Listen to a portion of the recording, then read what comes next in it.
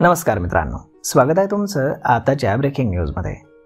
मित्रांनो, वाढत्या इनपुट खर्च आणि वाढत्या वस्तूंच्या किमती आणि पुरवठा साखळीतील आव्हानांमुळे टाटा मोटर्स आणि किया इंडियानं त्यांच्या सर्व उत्पादन श्रेणीतील किमतींमध्ये वाढ केलेली आहे। नवीन किमती या 1 एप्रिल 2025 पासून लागू होतील। भारतातील सर्वात मोठी व्यावसायिक वाहन उत्पादक कंपनी टाटा मोटर्सने 1 एप्रिल 2025 पासून त्यांच्या वाहनांच्या किमती वाढवण्याची घोषणा केली आहे। वाढत्या खर्चामुळे हे पाऊल उचलणं आवश्यक झालंय असं कंपनीचं म्हणणं आहे।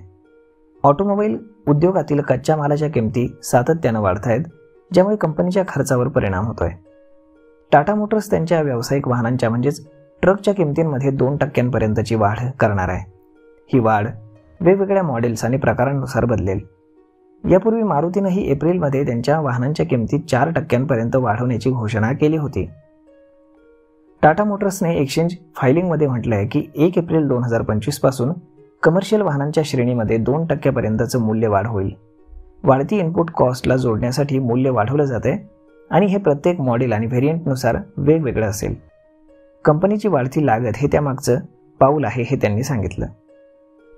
टाटा मोटर्स यावर्षी दुसऱ्यांदा इलेक्ट्रिक वाहनांसह त्यांच्या संपूर्ण प्रवासी वाहनांच्या किमती देखील वाढवणार आहे।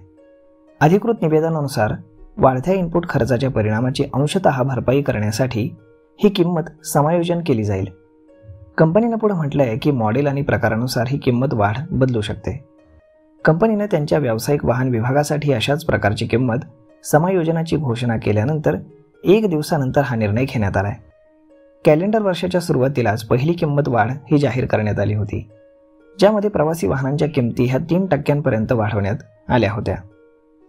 त्यानंतर किया इंडियानं 1 एप्रिल 2025 पासून त्यांच्या संपूर्ण लाईनअपमध्ये 3% किमती वाढवण्याची घोषणा केलेली आहे।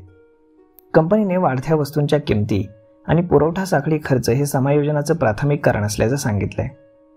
अशा पद्धतीनं मित्रांनो, आता जवळपास सगळ्याच कंपन्यांच्या गाड्यांच्या किमती ह्या 1 एप्रिल पासून वाढणार आहेत। त्यामुळे जर तुम्हाला गाडी घ्यायची असेल तर 31 मार्चपर्यंत जर तुम्ही गाडी घेतलीत तर तुम्हाला गाडी थोडी स्वस्तामध्ये मिळू शकते। तर मग मित्रांनो, हा व्हिडिओ, ही माहिती तुम्हाला कशी वाटली हे तुम्ही आम्हाला कमेंट करून नक्कीच सांगा।